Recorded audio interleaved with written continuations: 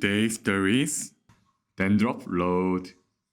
Once upon a time, a Dandruff and a friend lived in a forest village. Friend teased him because he had a lot of dandruff. It's funny because it looks like snow when you walk. Then one day, the season of apples came. The apple is fruited really deliciously. Dandruff, doesn't the apple look so delicious? Let's go get it together.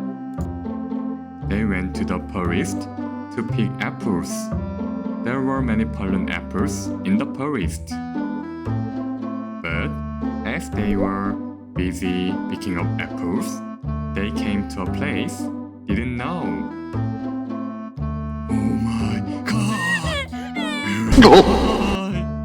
How far have we come? I'm scared. I think it's going to be dark now. We won't be able to go home. When they found out they were lost, the sun was about to set. If they didn't find their way quickly, it looks like they would never get home back. But then, the Dandruff found a way to find his way home. Right, come to think of it, I think my Dandruff will be on the way we came. Follow the Dandruff and we will find our way home. They started working around the white Dandruff. After working for a long time after sunset, they were able to come back to the village. Thank you. If it weren't for you, I wouldn't have been able to find a way and eat the apples I picked. The Dandruff and his friend came back to the village and shared apples. And the Dandruff was praised by everyone for saving people. Those of you who hear this story, you may have a flaw that you can see like a Dandruff. But there will be times when such shortcomings can help you.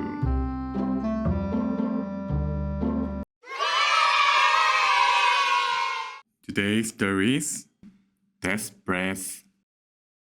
Once upon a time, there was a man who loved garlic.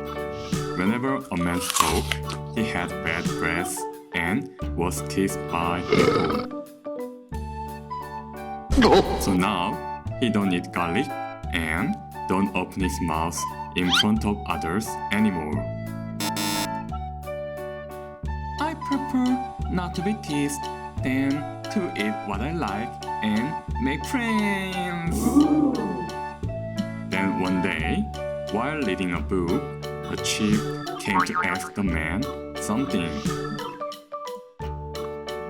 Hey, there's a part of this book that I can't read. Can you tell me? Aren't you always reading quietly? So I think you can read this part easily.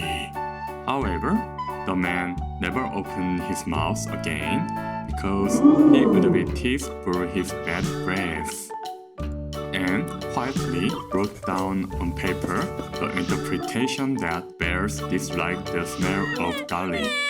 You're still worried about being teased for bad breath? You don't have to. And I'll get going. Shortly after the chief returned, a bear appeared in the village. The chief and all the other villagers were busy running away. The book I read earlier said bear hate garlic. But what I should do? It would be like to save people even if they were teased.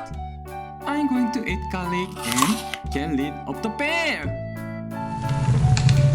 The man who had eaten garlic approached the frightening bear alone. Then he started to attack with bad breath. Ooh, smell the garlic and disappear bear. Ooh. Oh, he's really running away. Thanks to you, the bear disappeared. Thanks a lot. And I'm sorry I made fun of you then. You didn't have a bad breath though. We teased you all on purpose to get close to you.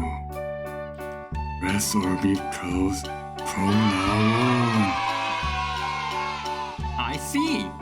I think my pet breath was very bad, but I'm glad it wasn't.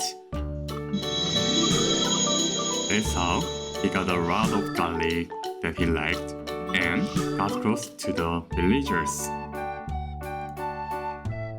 Those of you who hear this story have some things that you don't want to tell friends because you think it's a flaw.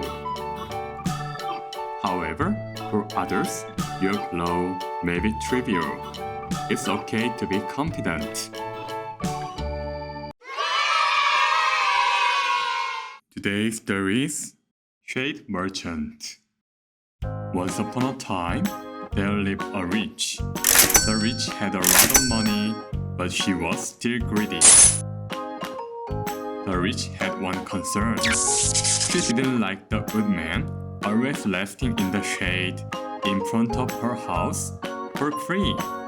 The old man can rest in the shade for free. I have to ask her to pay. Old man, shade aren't free. If you want to rest as always, pay me. The woman was so embarrassed.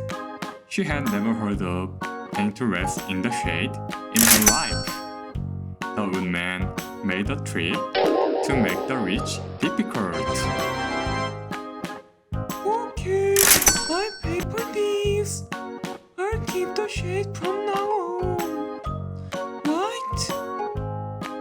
Yes, now the shade is yours. You paid for it, so I won't interfere. The woodman who paid for it began to rest under the shade the next day at lunch.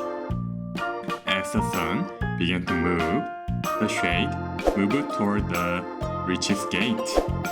The woodman moved too. Woodman, this is my house. Stop coming in. My shade is here. Why do you want me to leave? It's my shade. The witch wanted to kick the woodman out, but she couldn't say anything because she sold it for money. And time passed, and the sun began to set. The shade came all the way to the witch's living room. This is not your living room. It's my shade. Never mind. I was too greedy and made a mistake. Woodman, I doubled the money I got from you. And I hope you can rest in the shade as much as you want. That's how the rich made shadow for free and gave up greed. Those of you who hear this story will be too greedy as rich did. But if you're too greedy, you will get in trouble someday. Today's story is A Bear and Two Friends. Once upon a time, there lived two friends. They were close enough to travel together. Then, one day, they went on a trip to a distant village. They were enjoying the trip, sharing the fine fruit. Meanwhile, they got into a big forest. There were a lot of trees in the forest. It was dark. It was so dark that I'm scared. Will you walk in front of me? Yeah, we are friends. I'm scared too, but I walk in front of you. The friends who are walking forward saw a bear watch out sign. The sign said to pretend to be dead when you meet a bear. There must be a lot of bear here. I'm so scared. Please hold my hand. Alright, friends. It'd be less scary if we rely on each other. Let's cheer up. A bear appeared in front of the friends who are going forward, relying on each other.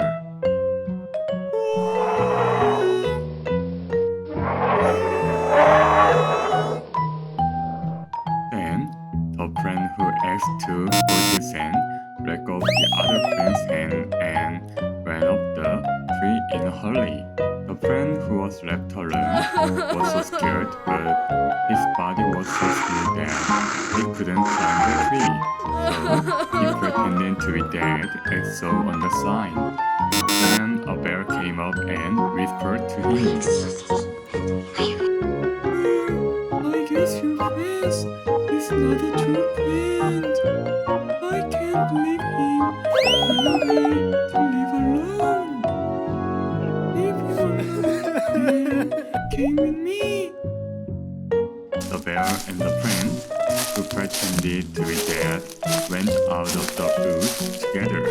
The friend who ran away alone couldn't come down from the tree and he became alone. Those of you who hear this story have run away alone when your friend is in a difficult situation. But if you do that, you could be really alone.